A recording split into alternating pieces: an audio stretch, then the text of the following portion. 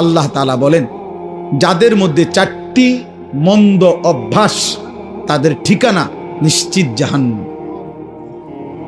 1, ইন্নাল্লাযীনা লা ইয়ারজুনা লিকাআনা, যারা আখিরাতে আমি আল্লাহর সাক্ষাৎ তথা জান্নাত কামনা করে না,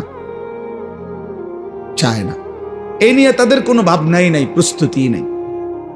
2, ওয়ারাদু বিল হায়াতিদ দুনিয়া, প্রতিনিয়ত দুনিয়া পেয়ে যারা খুশি হয়ে গেছে। 3, ওয়াতমাআন্নু বিহা, যেটুকু দুনিয়া অর্জন করেছে এতটুকু পেয়ে তারা নিশ্চিন্ত হয়েছে। আল্লাহর রহমতে, আল্লাহর দয়া, আল্লাহ যে দূর দিছে সারব, আল্লাহর রহমতে দোয়া করে হুজুর, আল্লাহর রহমতে তারা 3 জন বিদেশ, 4টা মাইয়া বিয়া দিছি, আল্লাহর দয়া এখন বাড়ি করছি, 4 রুম, 2টা বাথরুম করছি, ভিতরে বাথরুম দিও টাইলস। হ্যাঁ, আল্লাহর রহমতে আপনাকে দোয়ায় হুজুর রাস্তার লগে কদ্দু জাগা লইছি, ব্যাংকও আল্লাহর দয়া, আল্লাহর রহমতে লাখ 10 টাকা জমাইছি।